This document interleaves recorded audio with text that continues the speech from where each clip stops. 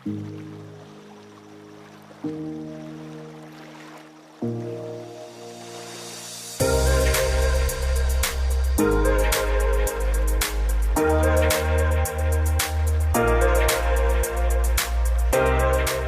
right, I get to do today's welcome, which is really exciting. So welcome everybody to the 26th Melbourne Recruitment Meetup.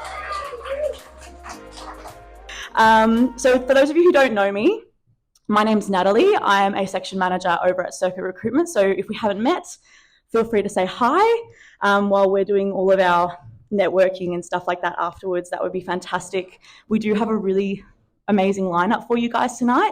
Some fantastic panelists and people talking about an amazing topic that's really close to my heart as well. But before we do get started, I just want to do a quick acknowledgement of country. So I'd like to begin by acknowledging the traditional owners of the lands on which we all meet today. I would also like to pay our respects to elders both past, present and emerging, and recognise and celebrate the diversity of Aboriginal peoples in their ongoing cultures and connections to the lands and waters of Australia. This has and always will be Aboriginal land. Okay, so I will just now introduce today's topic. It's a really, really important one. We're going to be talking about the role of DE&I in 2024 and beyond. And as somebody who does work a lot within DE&I organisations like Girls in Tech and so on and so forth, I've definitely been able to see firsthand what the positive effects of having a good DE&I policy has on the people that you hire. But on the flip side, I've also been able to see what the negative effects are of what happens when you don't actually have those kinds of policies front of mind. So I do think that tonight's questions and subtopics are going to provide you with something that everyone will be able to take away from tonight. Whether you're a part of a company that have a really well-established DE&I initiative and policy, or whether you're somebody who's just wondering how to implement it into your own life at first before you start going ahead and introducing it to your organisation. It's a social issue that's definitely not going to go away anytime soon, and it's a discussion that's only going to become more and more prevalent as time goes on, especially with some of the happenings that we're going to have over the next few months. Today, hopefully, we're going to arm you with some fantastic knowledge that you'll be able to use to go out there and become allies in our lovely market. So not only are you guys going to learn a lot today from our amazing speakers, Mary Beth Hosking, Natalie Flynn, and Dr. Morley Muse, but you're also hopefully going to feel challenged and walk away with some actionable insights that will make you feel good about going out there into the market and make a real difference. So without further ado, I'm going to hand over to our incredible Matt Woodard to have a little chat to you, and he's going to be actually mediating our panel discussion tonight. So I'll hand everything over to you guys. Okay, right. Well, first up tonight, assume we've got it in the right order, Dr. Morley Muse, Director of iSTEM. So Dr. Morley is a multi-award-winning chemical, environmental and renewable energy engineer with expertise across academia, government and industry. As the co-founder of iSTEM Co., a research consulting and talent sourcing business, Morley enables employment opportunities for women in STEM. She also launched DEA&I, an award-winning recruit tech platform eliminating bias for women in STEM. Next up, Natalie Flynn, so founder and CEO of Equity, but also our very generous food and drink sponsor for this evening. Thanks again, Equity. Natalie's founder of Equity, as I mentioned, a revolutionary tech platform that empowers businesses to close the gender pay gaps. For Equity, Natalie crafted a successful career in people and culture, spending 15 years where she worked her way up to the C-suite. Her background is in org psych. She completed a senior exec MBA from Melbourne Business School in 2021. I was so keen to get you on here now. Every time I turn my LinkedIn on for about a week, I just saw you were filling my feed. So I was like, oh, this one's impressive. So let's just make sure we get her on. And finally, the equally impressive Mary Beth Hosking, pragmatic technology leader who's currently the CEO of Vic ICT for Women. She published her first book in one piece, a step-by-step guide to surviving change. I have started it, I haven't finished it, but it is quite interesting so far. And at the beginning of the COVID pandemic, her second book, When Now Means Now, Handbook for Career Change, Advancement and Progression, launched in May 2023, also on bookshelf. I'm yet to read it, but I will. Awesome. All right. Well, let's dive in with a nice, easy question. What do you think is the biggest barrier facing women in the workforce in 2024? And how do you think we should be taking steps towards amending these issues? Morley. Thank you for that question. I jumped the gun. Well, look, everyone relax, right? We are here to have fun, but to learn. Last year, the federal government set up a women task force, and they did some research.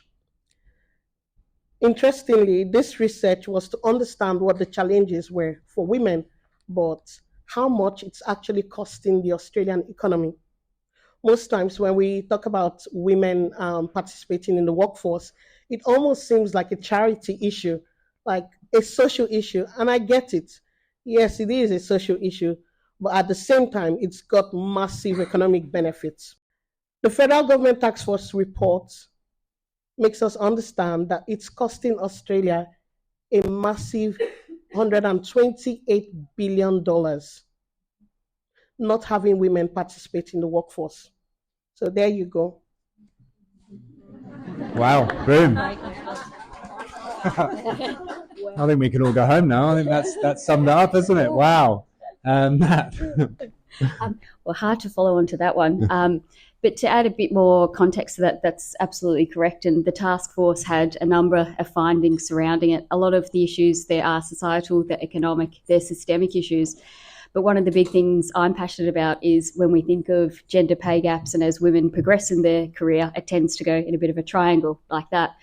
But the big thing is around the society and economic side. We all work in organisations, and when it comes to a gender pay gap, it's the people making the decisions that are making the gender pay gaps.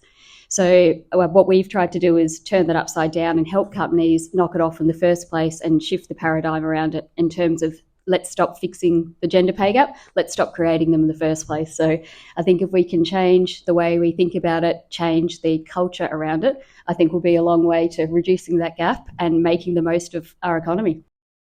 And that study was really interesting because it's that when a woman is in the workplace and she's earning income, she's also spending money and creating more in the economy, and it's this cyclical, this virtuous cycle that happens. I would like to talk about confidence versus competence, in fact. Yeah, so you're in there, you're the women in the room, you're toiling away, and you're the workhorse, and you're doing a great job, and your boss is giving you more and more work, and you're sucking all that work up, and your male counterpart, sorry buddy, but he's accelerating up through the career, and you're going, hang on, but I'm doing all the work. But he's all confident, and so there's these perceptions. And I think that we need to actually start looking at, and some of the actions we can take away with us is think about what the role entails and who is best to perform the role, regardless of their gender. So start thinking more unbiased. And if we can do that, then we'll start to shift the paradigm. Somebody who's quiet, studious, industrious does not necessarily mean that they're not ready for the next level. Somebody that's out there and is very confident in things, they may just be getting promoted above the level of incompetence. And so leaders need to stop, pause, and actually think about career progression and what that truly means and what it means for the individuals. So that's something, and I've experienced it myself. I'm completely competent at what I do, but I've seen male counterparts move up through the chain working in transport and logistics. So transport and logistics, really male dominated. You have to adopt and change who you are just to survive in that sort of an environment. Be less emotional, because you don't want to be emotional, because then you're tainted with that. But you also get overlooked all the time. Overlooked for a male counterpart, always. And so in organisations that are very male dominated, they need to step back and say, okay, what is it we need to do, and how do we need to look at career progression for people, not regardless of your gender. I'm just going to come back to you on that before you pass that on.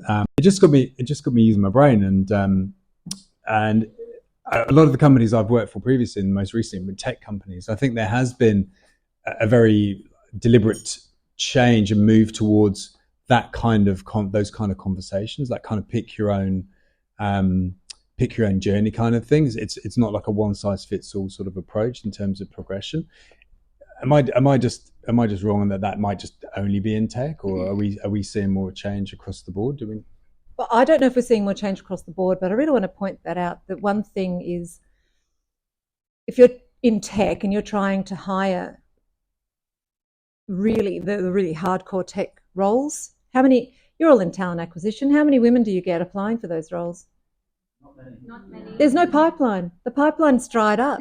Because women are sitting there going, well, why would I want to work there? Because it's so male-dominated. It's such a bro culture. We have to break the bro culture in Melbourne. I was actually speaking to a gentleman the other day. So my organisation is fully sponsorship funded. So I'm always talking to people begging for money. Please, sir, can I have some more for something that's really important? And he said to me, he's based in Sydney, and he said, there's no bro culture in technology. I don't see that. I said, because you're in Sydney and you're a man. But yeah, I digress, but that's sort of my thinking. Sure. Okay. Morley, can I just contribute to that? I love two things that I love. I think it's my engineering brain. I love numbers.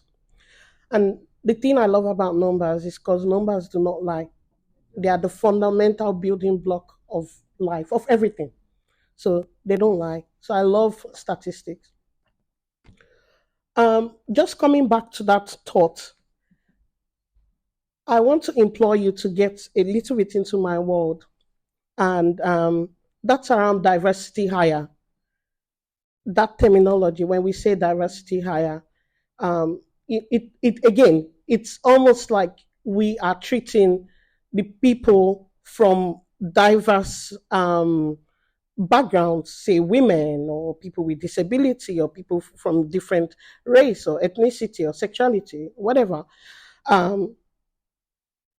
as though we are employing them due to their diversity. But we have to first of all understand that when these people, whatever they are, apply for jobs. So for example, I see a job in construction as a site engineer. I would only apply for that role if I am a site engineer, first of all. So I am applying because I am, first of all, qualified to apply. So any other thing that happens to happen, say being a woman, being a person of color, are extras. So it's like extra benefit to the organization. But oftentimes I see it's the other way around.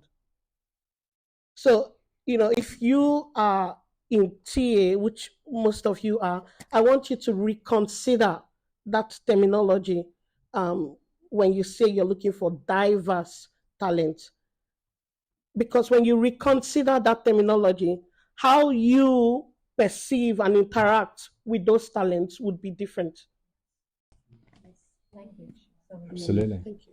I guess following on from that, and maybe just reflecting on your own personal experiences as three obviously incredibly successful women leaders, what were the biggest challenges that you sort of personally faced rising through the ranks? What strategies did you employ to overcome them, and how do you think they can be applied to empower other women?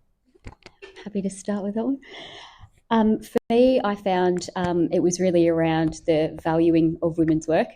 So my background was people and culture my whole career, and it was really the girls' job. So you're a little bit admin, yeah, you're important, you're on the exec team, but you've kind of ticked the box here, so it's great. But your skills or your contributions were never valued equally to men, and that came through from a pay perspective, but also when you were trying to progress your career or diversify your skill sets or other opportunities. And so as, when I was more junior or starting out in people and culture, it wasn't so much of an issue. It was certainly as I got more senior that glass ceiling became very real. And so I worked in tech, very male-dominated industries and mining, etc.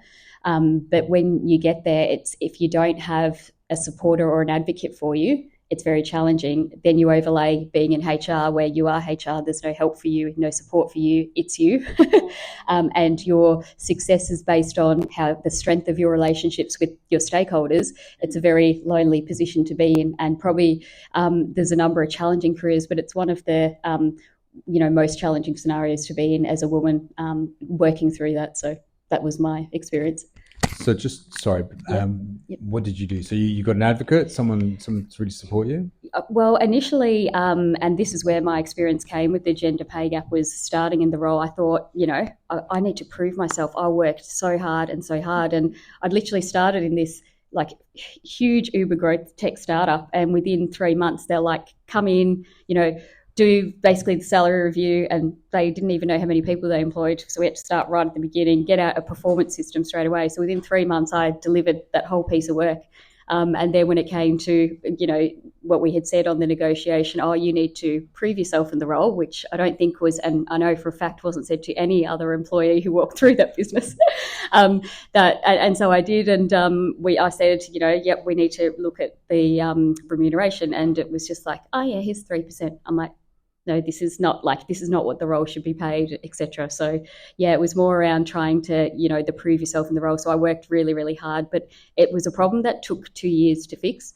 And I had to work up the courage, because I was questioning my value as well. Like, maybe I'm, not great at this and stuff. So it took me 2 years to go and have a conversation, and it was a very significant pay gap in terms of from what I was earning. So it wasn't that it was a step up. I had been earning roughly 40% more.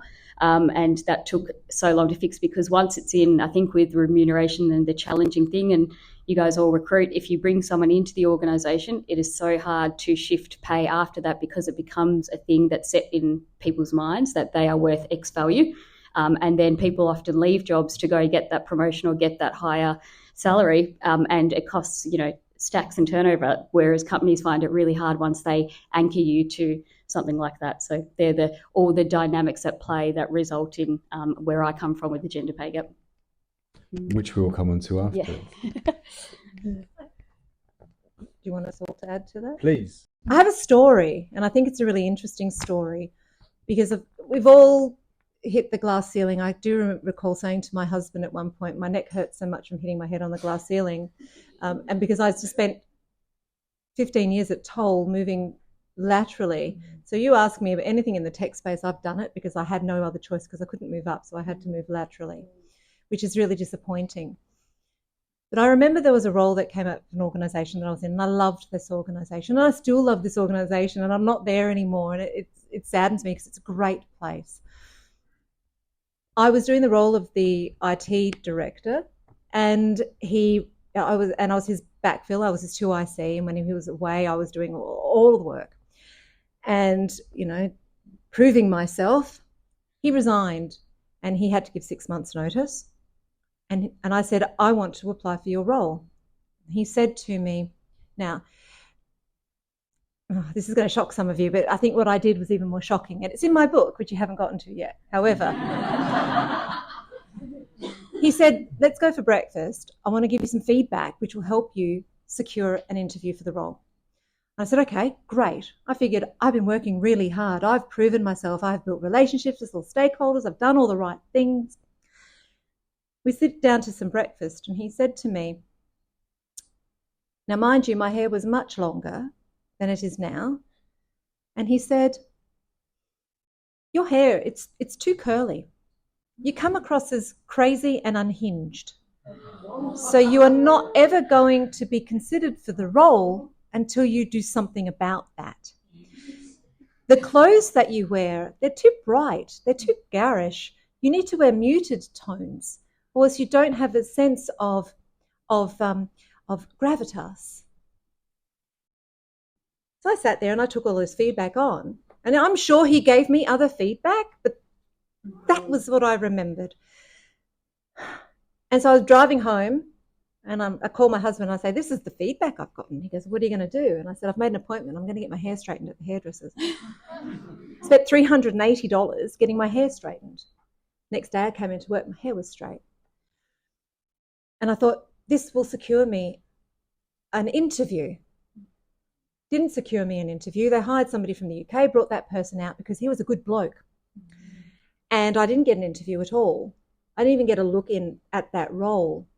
And I can remember standing up and looking at myself in the mirror and thinking, who are you? Who is this person?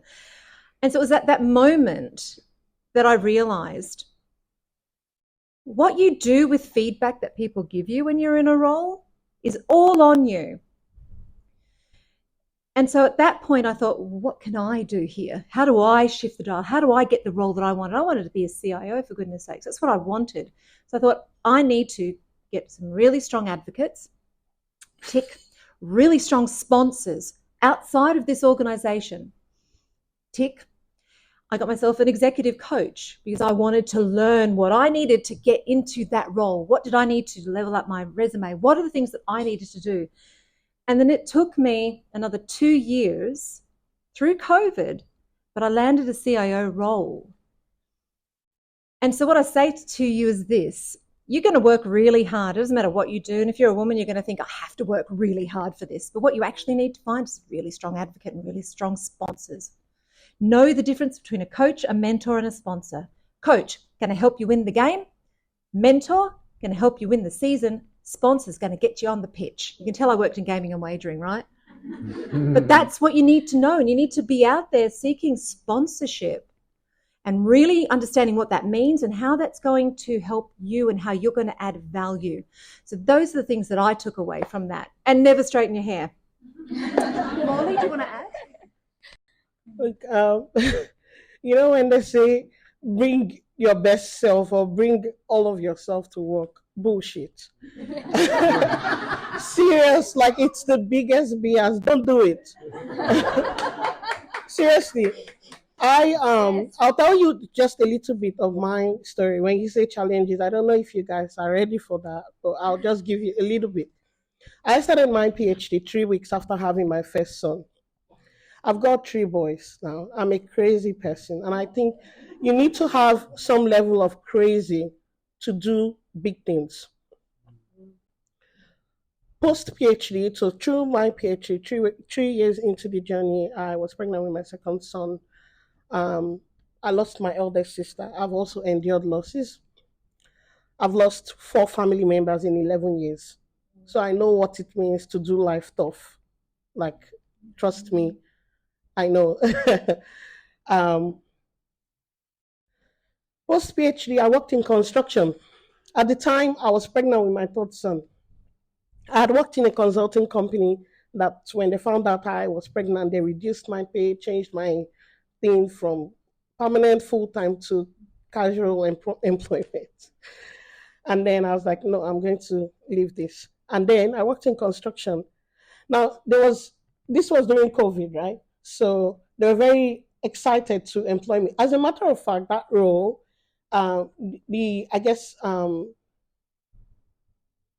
prerequisite to get into that role is having a bachelor's in engineering or in environmental science. So I was way qualified for the role to start with.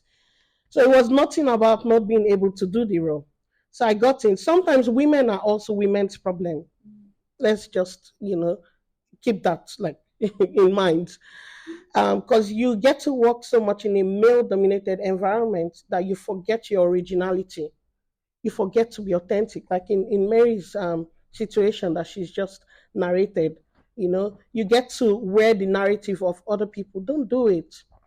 You are your best self is your true self that would open doors for you. Right? Because if you try to be someone else, you would only be second best. So don't do it. When I got into construction, I noticed I was the only Black person on site, and then there were very few women. And then I worked with some girls that, like I would hear them say things like, oh, she thinks she can have it all. It was just a very nasty environment to work in. And at the time, I didn't tell them so before then, I've been a board director with Women in STEM Australia for almost 5 years now. So I've been very full on advocating for women in STEM, at least for the last 8 years. So I just wanted to understand the culture.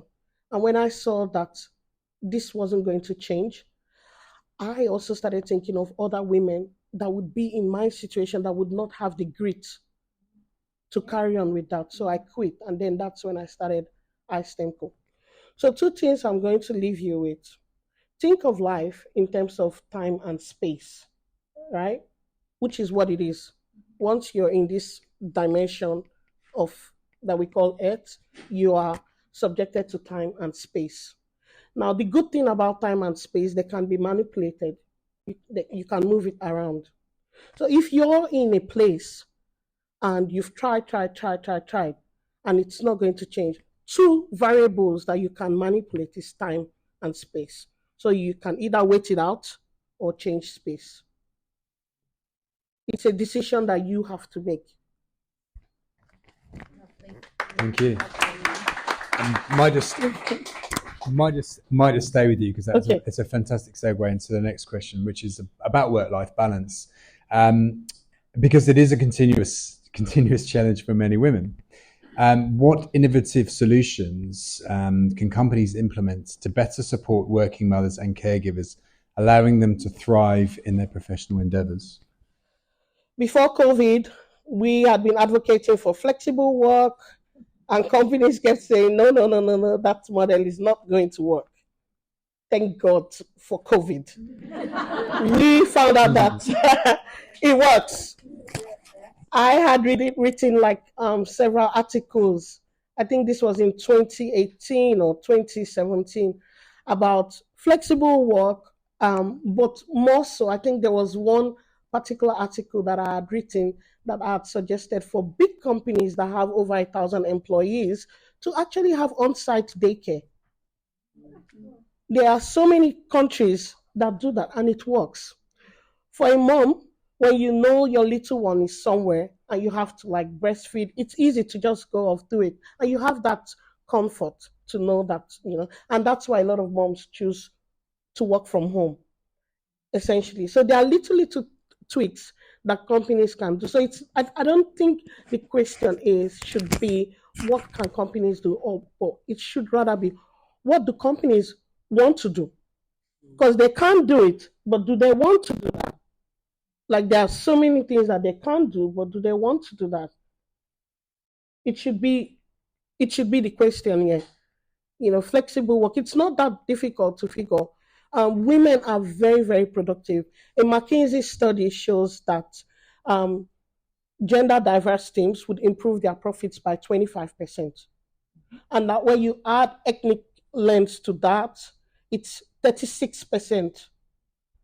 So women are productive. The statistics are there to prove that this is, real. But it's really about the companies. And then the thing is, unfortunately, people are very averse to change. Humans don't like change. But change is one of the best things that can happen to us, right? Think about Nokia or think about Kodak. I'm sure we all had one of those 3310. That was my first one. And we all had those Kodak moments, right? But something happened to these companies. They went out of fashion. What happened? They refused to embrace change. We have to understand that diversity equates to innovation. So we have to embrace change. So and then you might think you're in TA, so you can't do anything about it. Because the truth is, as much as we all live in this earth, we all live in different worlds. As crazy as it sounds, there are some CEOs or business leaders that they would never meet people with those problems. They see people as numbers. And what I say to them, you have to understand that behind every start is a real person with real emotions. So it's really about, if you have those ideas, being bold to propose those ideas. At least you tried.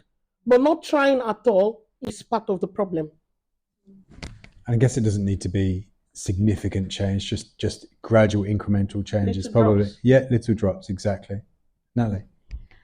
I love what you said about time and space are the two things, and I think you're right with COVID, that really did shift things for what we thought was possible with different arrangements and how we work.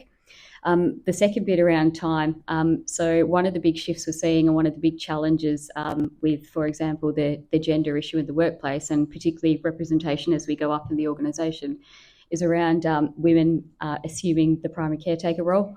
And so one of the things that companies can do to try help that is be a bit more progressive with their parental leave guidelines and policies, their carer and family responsibility guidelines too, because there's a number of different iterations of that. It's not one size fits all. Policies are great and they help, but they're not the be all and end all, because there's different interpretations and people, as you say, aren't one size fits all. So I think being more progressive with that. And what I've seen as well with a lot of companies is recognising different leave types as well. So we've got to a point now where, yes, there's all these situations, but other people have different things and are different stages and phases of their life. And some companies are now even introducing things like certain leave for menopause or even period leave these days. So there's a lot of different iterations of what that looks for different people. And I think companies need to think progressively. So often policies are cut and paste from some other company and we'll just jam it in here and tick the box and say, yep, we did it.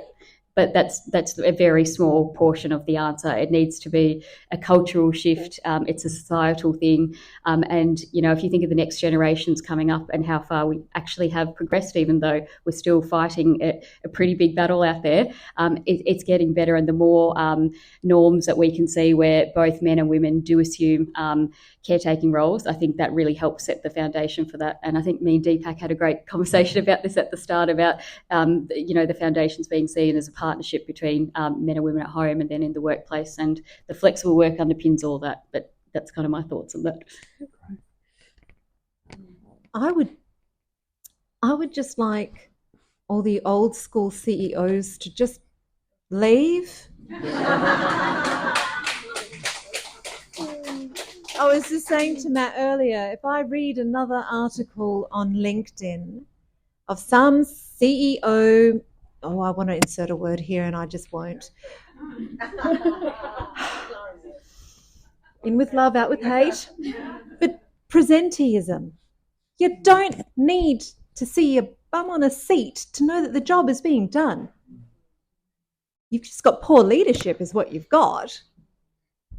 People need to know what they're working towards, what vision they're working towards, what the organisation needs, what's the strategy, whatever your KPIs, OKRs, whatever you're using to measure. But people need measures so that they know that they're succeeding. You don't have to be in the office every single day. And I think a little bit of connectedness is great. But I, pre-COVID, would do a 2-3 split. I'd do 2 days from home because I'd never get any work done if I was in the office every day. Just total constant interruptions. So I would do that.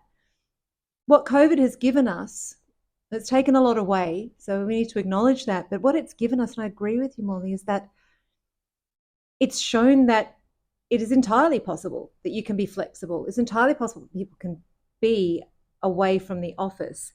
I just saw this thing, what was it somebody sent to me? It was EY in the US has started to use swipe-in cards to actually determine whether you're in the office or not. And then I'm like, yeah, it's reminiscent of Elon Musk when he said, how many lines of code are you coding? Because that shows that you are productive, which is just ridiculous. If anyone works in that sort of space, it's just ridiculous. It's the same thing. We need to get rid of presenteeism. We need old school CEOs to stop it. If your space is too big and you're sitting back and you're saying, okay, the space is too big and it's costing us this much for this much floor space, then make it smaller. Hot desk. And if people want flexibility, it's hot desking, that's fine. You can't make your little nest in the office. But I honestly don't care about having to take a photo of my son and my husband to sit on my desk because I've got that at home on my home desk. It's about trust. And I feel that a lot of leaders in the C-suite just don't trust. And that needs to change. Can I just add something very quickly? I totally agree with you. It should be, I think the metrics here should be on output and outcomes, not just hours. So for example, you know, like the way the human brain is it's almost elastic, right? So it can shrink, it can expand, and I saw that I'm a testimony of that. The things I'm able to do now, I never thought like 10 years ago I was ever going to be able to do that. When I went through that period when I lost my sisters and I was trying to just picture this, 2019, I lost my elder sister. Then my mom had passed before then. This was 3 years after starting my PhD. In my mind, I was just quickly going to wrap up my experiment and use the period while I was writing my report to nurse my baby, right?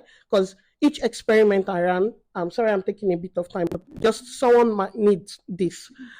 Each experiment I ran took at least 3 months. My PhD wasn't like those fancy ones where you sit in front of a computer. No, I had to go to the lab. Sometimes I came home 2 a.m. in the morning. Then when that happened, it broke me to pieces. But then I had this baby. It was so difficult. Oh my goodness. Like he refused to take any expressed milk. He refused to take any formula. He wanted to be breastfed like all the time. So what that meant was I had to go to the lab every 2 hours. The only luck I had was that I lived 8 minutes drive away. So, and my husband obviously had to work from home because he's very supportive of my dreams. But just because you're talking about work-life balance.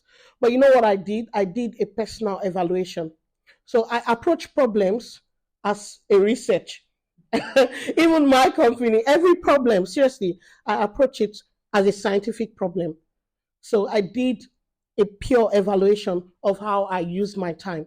I can tell you confidently what every single minute of my day, where it goes. So I noticed that the first thing that was wasting my time was Facebook. Delete. Right? Friendships and relationships that were just like BS. Delete. I did a pure evaluation of my time because I now have kids that if I had to make a decision. If I have to, I want family and I want career, right? And I don't want to have to choose. So I had to do that personal evaluation. So sometimes when you complain that you don't have a lot of time, think about people like Oprah Winfrey. Think about all these presidents. Like how do they do it, right? So you have to approach it as a scientific problem and evaluate how do you use your time. Then you realize that you have a lot more time on your hand to balance your work or your personal life. I was just going to say, Sure. Anthony Robbins does that. It's basically do that, work out what you do in your life. And I realized at one point I was like spending 5 hours a day on watching the television, just mind-numbingly nothing. I hardly watch any television anymore. And they make money from you watching TV. That's it. We Sorry. don't have TV in our No, that's house. Back to your awesome question. Okay, right. So I'm not sure if anyone's heard, but the WGEA will publish the gender pay gap for employers with a workforce of 100 or more employees. So Nat, I know this is obviously a big focus for you, but obviously I'm still keen to get the rest of the panel's opinions as well. How do you hope this will affect the current gender pay gap issues we face? And I guess what can companies out there start to do to best prepare themselves for the potential ramifications of this data being published? Yeah. It's a really interesting time with this. I think it's probably one of the biggest pieces of legislation that's going to change things, and I think a lot of people don't really see this coming in terms of what it entails and what it actually means. In terms of what they're setting out to achieve, Australia's progressed, and I talk a lot to people about how Australia has progressed. It hasn't been great really since the turn of the century. The stats haven't been great. Maybe they shifted a couple of percent. But we're still sitting on a 21.7% average gender pay gap across the country. In terms of why the government have chose to move in this way, we're not making progress quick enough. We've seen other systems where this has had success, such as the UK, and the EU directive on pay transparency is about to step it up over the next few years as well. So they're hoping that this will be more about taking action instead of people just talking about it. And all you need to do around the country, I see it all the time. My eyes have been open since I've had the equity business. It's actually blown my mind, some of it. Most companies will talk the talk. They'll stick up their employer of choice. Yes, we tick all the boxes. And there's going to be a reckoning day on the 27th of Feb when they're published. And they've ticked all the boxes. We have all the policies. Yes, we have a strategy. Yes, we're doing that. But their pay gaps are going to be pretty significant. And I'm in the detail of this, I love data. I can tell now by looking at a composition of a workforce roughly where it's going to sit. Most people swear to me they A, don't have a gender pay gap, they B, have pay parity across the business. It's often not the case, and there's different metrics to measure this. So I think the key things, and the way I'm looking at it, is from three kind of categories or three groups of what we're going to find out. So it's going to be published the median gender pay gap across a business. They're also publishing, and this actually steps outside the realm of gender, they're publishing average total remuneration across the whole entire business.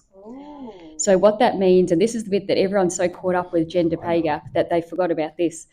It's basically, it's mind-blowing. This is where I'm going to see the big shift. So the average total remuneration is going to be across the board, and then your pay quartile. So a bottom quartile, two middles, and a top. So you can now look at a business and see, and normally the representation, that's already up on the WGA site. Down the bottom, yes, high representation of women, normally at the two levels, and as it goes up, it goes to about here. Now you're going to see exactly what their average pay is. So in terms of, let's talk first about the talent community or job seekers, you're now going to be able to look at whatever company you want to go work at and see what their average remuneration is. If you're an employee, you will now see what they're paying on average across your whole business and where exactly you sit in that. And that's going to be very surprising from a lot of people. You're going to see all the International Women's Day, all the cupcakes, all the photos of all the girls, and then you're going to have this new data source that's saying, no. And so companies reputationally are going to have to consider what that means. And the last group is the organisations. From a PR perspective, when they introduced this in the UK, on International Women's Day, all the companies did just that. Here, we were all pink T-shirts, everyone's got a cupcake, this is awesome, we've got this all in hand. And then they created this bot that trolled everything and said, that's great, but your gender pay gap is about 40%. Well done. Like, sit down, please.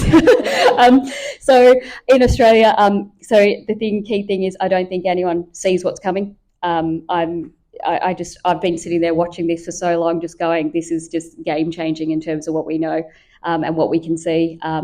We'll be releasing something pretty special around that time. So we'll keep you posted on what we're going to do with this. But basically, I think it's going to shift how we think and give data at people's fingertips that they've never, ever seen before. So it's so much bigger than gender because you're now seeing total remuneration across all these businesses and they can no longer hide behind it. So I guess there's the expectation, thank you. There's the expectation that recruitment was going to pick up after a pretty fallow year last year in February, and I guess this could potentially be a big catalyst of that. There could be a huge amount of people suddenly flooding the market looking for new jobs and approaching employers that actually do pay well. And obviously we've got International Women's Day a week, like the week after. I know. The week after, I don't think that's coincidental. No, it's going to be really interesting to see how that pans out, and how many deaf ears, these kind of big events you're talking about, if IWD like fairs with.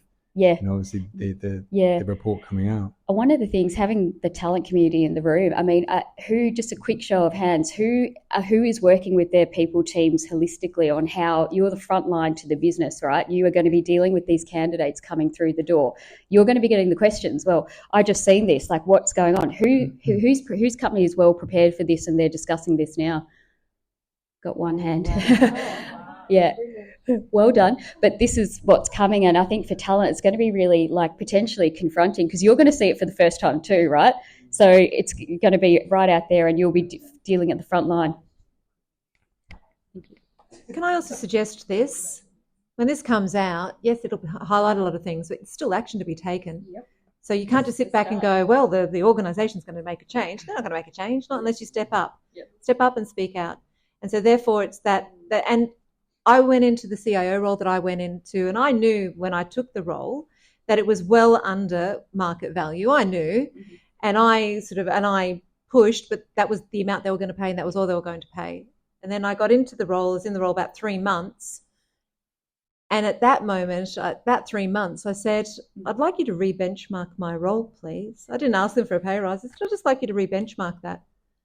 And they went, oh, is there a problem? I said, no, I just want to know, how equitable it is, and I would like you to re-benchmark. And so HR did, and they came back, and I got a pay rise 3 months in. I wasn't even past my probation of 6 months, but I got a pay rise because they realised that it was there. So the question doesn't have to be aggressive. a little bit assertive, but all you're asking for is, well, this study's come out, and so where am I at in my organisation, and what are we going to do about that? Because this is saying this, and I'd like my role re-benchmarked, please.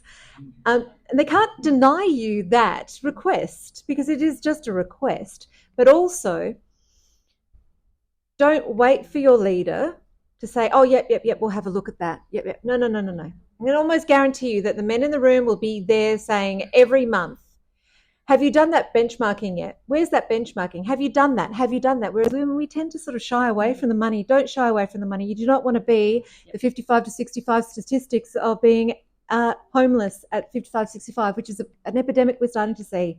So you don't want to be those women. You want to step up and ask those questions and be the squeaky wheel. I think for me, it's just very exciting to see. Like seriously, very exciting because for a long time I kept giving this analogy of, say you're driving on the road and you know that you shouldn't speed, but if you speed, there is no enforcement of the policy or of the law. Without enforcing any law, the law is shit. Seriously, right?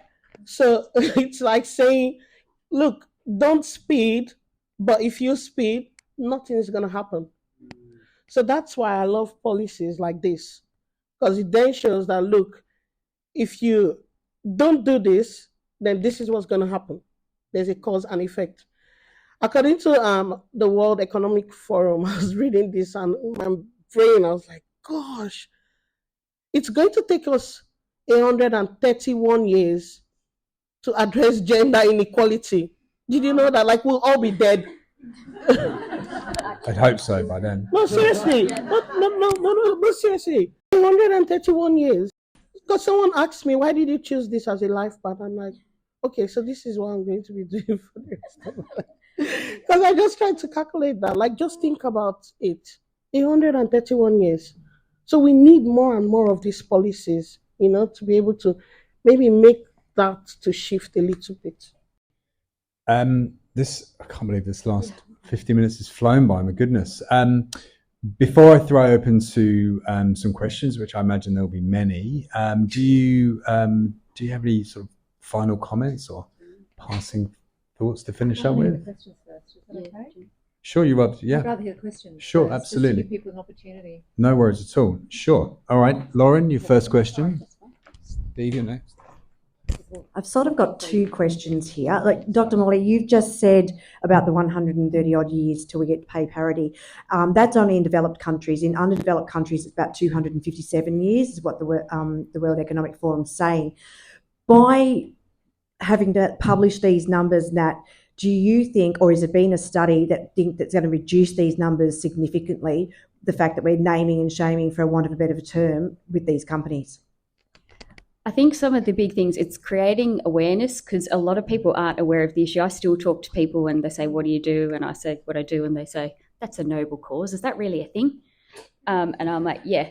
So I think there genuinely is not that. And I have people get into arguments with me and explain why it might happen, and women don't perform as well, and women might not do this and that and the other. So there's a massive education piece in it.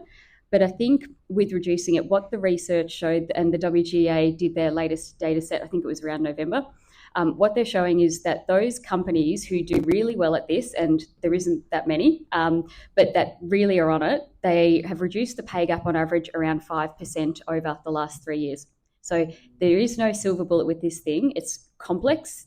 There's a number of different dynamics or ecosystems sitting around this. That might be cultural, it might be remuneration practices, it might be systemic bias, it might be all these things feed into it. So it's not an easy one to solve. But if you think of, if the best companies are only reducing it at that rate, like as a country, and how long it takes to actually do it, we've still got a long way to go. I think this will change mindsets on it, and that's what needs to happen. I think it will obviously create awareness on it. And I think people, and I see it already from people who I'm talking to, and even with equity, it's been from, it's a luxury thing to be working on pay equity and gender pay gaps, to it now being, it's a business imperative. And I know in the US, their latest tech research out, it's the Josh Bersin study is saying it's up there in the top 10 or 20 HR issues, but that it's becoming a mainstream thing now, the pay equity stuff. So it's definitely getting there. We've talked about this loads now over the last few months. I truly believe that we've been looking the wrong way. So I wrote a post, anybody who follows me on LinkedIn, I spoke about this before Christmas, saying everybody's talking about AI and skills development. This is going to be the biggest thing I think it's going to impact recruiting in 2024. It's huge. I have got a question, but one point is, I did a poll on LinkedIn the other week asking if you could see there was a gender pay gap in your organisation, would you consider leaving? And 66% of people said, yeah, they would. So we're going to have a huge problem with attraction and a huge problem with retention. So the question is, given the audience here, what are some tactical things that us as recruiters can do over and above trying to influence stakeholders? What can we do as a tactic to try and close this? Thank you. I really empathise with recruiters going into this, because having worked in people teams my whole career, you're in a really tough spot, because you've got, the people teams, you've got the finance team saying budgets and recruiting, maybe no clear REM strategy. You've got candidates' expectations coming through. You've got all of this ecosystem you're trying to work in to just fill the bloody role. And so it really is challenging. Some of the tactical things, I think there's, even in the people and culture community, there's a massive gap in education and knowledge around this. This is a whole expertise, an area that is really untapped. When you talk about gender pay gaps, what's being published is a headline figure, otherwise known as an unadjusted gender pay gap. That means it's an aggregate figure of everything all in there. Organisations and people need to understand what is the driver, what is the root cause, and how do we fix it. And to do that, you need to get some pretty good analytics around it and understand it. So I think bringing your knowledge up to speed in terms of your companies, where are we at? What does that mean? What are we doing about it?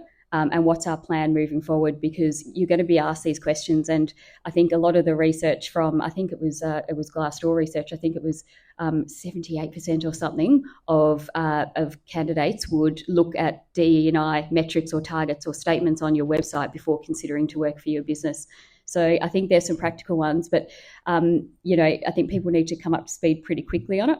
The other thing just to note as well for all of you, because you'll be leading into it, companies were given the opportunity to have a employer statement in the WGA. So when they publish this, they're allowed the statement in there. They're due on the 20th of Feb, so there's a few more weeks to go. But maybe ask your people teams or the company what is going out on behalf of our organisation, so you understand the positioning on it. And also in terms of what they're talking about, because this pay gap that's being published is a median pay gap. The median pay gap is different from the average, and it depends on what's going on in every business. I see some that the median is worse than the average. I see some that the average is better in there. So understand what you're actually talking about, because that's going to be a challenge moving forward, and get context to it, because the devil is in the detail when it comes to this, and you need to actually understand what's going on. And I want to add to that. So change transformation, big ticket item is having a really strong communication strategy. So for retention is going to be the biggest thing that organisations are going to be faced with, because they'll lose staff and then they'll have to bring in staff at these higher rates, and they're not considering that. So what I think organisations should be doing right now is working out, what does it cost to retain somebody? Because if you understand, I did this at one of my previous workplaces, and for a senior business analyst, to get them to a point of being chargeable, which is a metric that I was using, hiring, et cetera, was $270,000 it cost, because it took them 6 months to become self-sufficient, to be able to do what they needed to do and to be working on chargeable outcomes for customer. It's a lot of money when somebody says, hey, I want a $30,000 pay rise.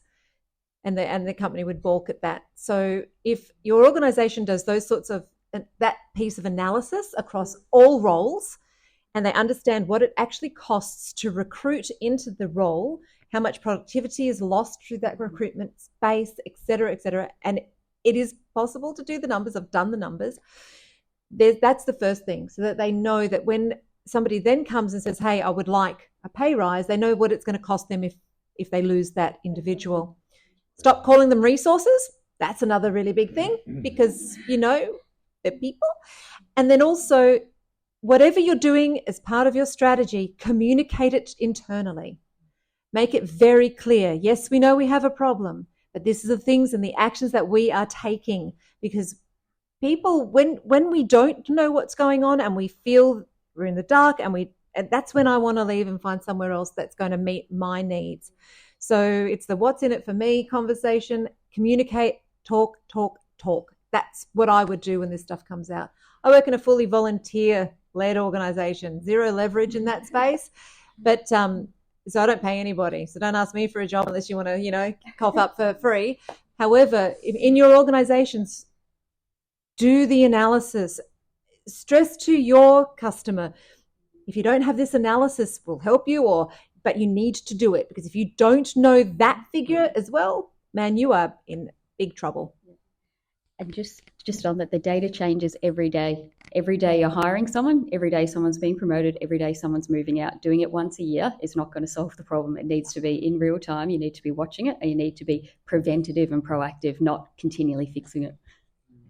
I think the other thing that I would like to contribute, which is a solution that we have come up with, pretty much any problem that you could think of in terms of attracting talent women or retaining them, we've got it covered at iSTEM and there. So some of the companies that, so we work with STEM companies, science, tech, engineering, maths companies, and some of the companies that we work with, we found out that they have attrition rates of up to 70%. A particular company, a multinational company, had all of their women of color in their Queensland branch quit in 1 month. So they were like panicked. They really needed to get it right. Unfortunately, this is what I see. This is what I've observed that companies do. They leave that problem to TAs or to HRs. HRs are not equipped to deal with that. HRs should not be dealing with that. TAs, they shouldn't be dealing with that. So what I would like to then employ is to encourage your company to outsource some of that burden to other consulting companies. So for example, at iSTEMco, we have a program we call Mentoring Retention Program. And what that program does, it really just fosters retention.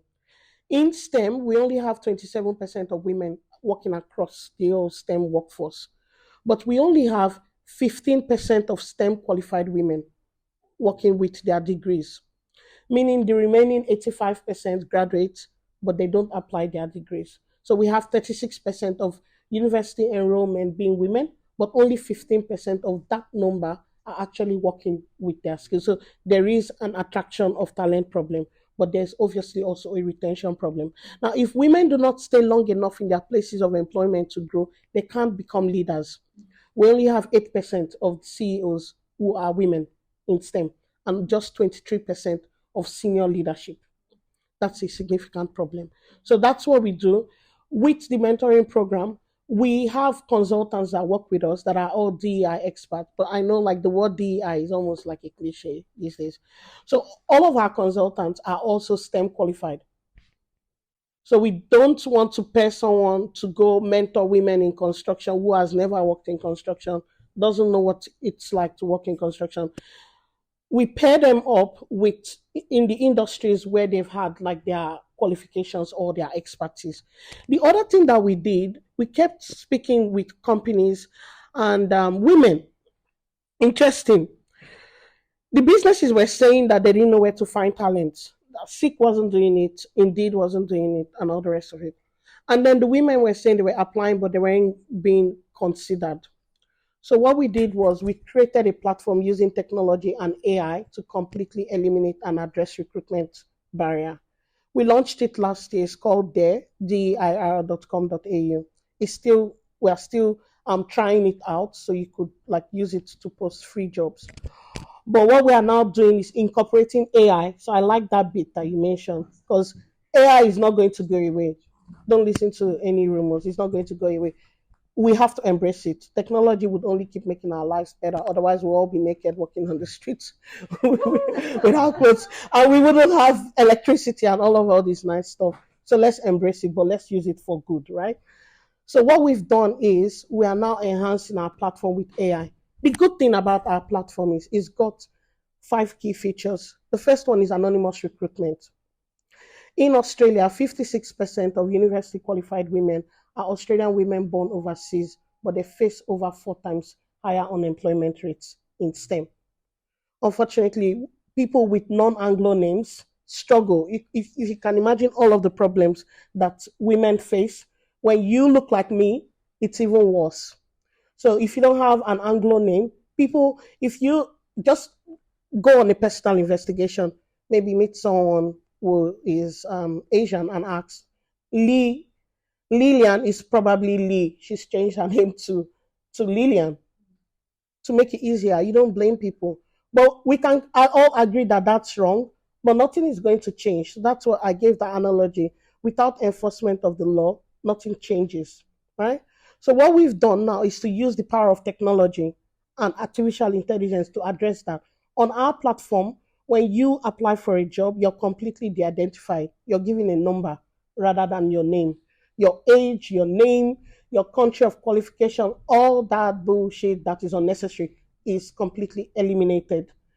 What the employer sees are your qualifications, your skills, what they need to see to make a decision.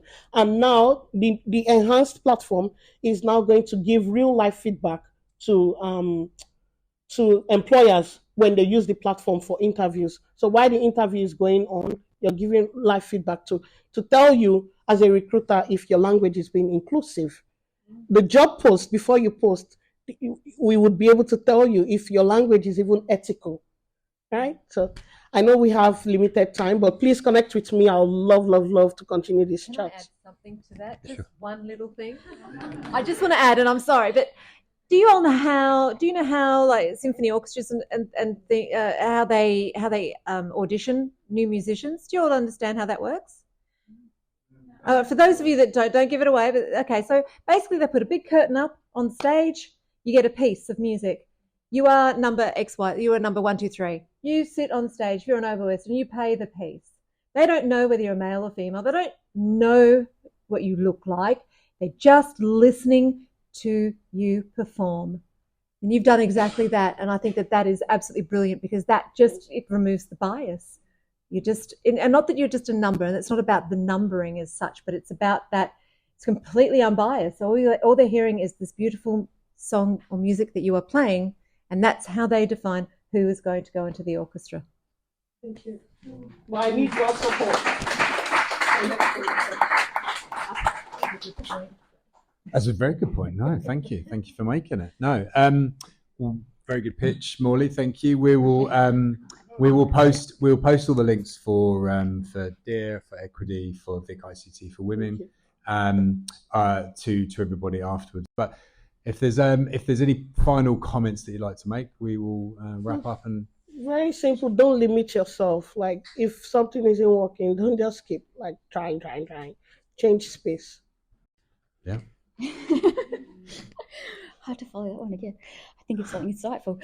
No, I think for TA, you're going into an uncertain time now, an unknown, uncharted waters. And I think knowledge is power. So try and upskill yourself and understand what's going on with this, because I think you're going to be right in the front line in the hot seat as this starts evolving. And so even if you want to check out the Equity website, we put a lot of resources up there for how to deal with this and tips. So check them out, and they might give you some help as we move into this new phase. Never straighten your hair.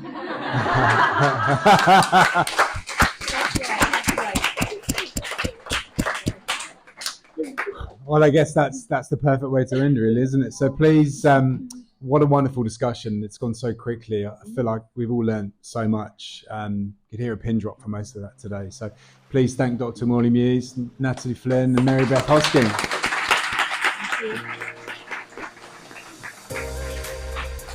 Thanks again to Natalie and Equity for sponsoring the food and drink, and obviously Mantel for putting us up in this great space. Please keep an eye on the meetup page. We are going to have a lot more, hopefully, sessions, hopefully as compelling and as insightful as this one tonight in the coming months. So please keep an eye out for that. Please come along. Otherwise, thank you all so much for coming.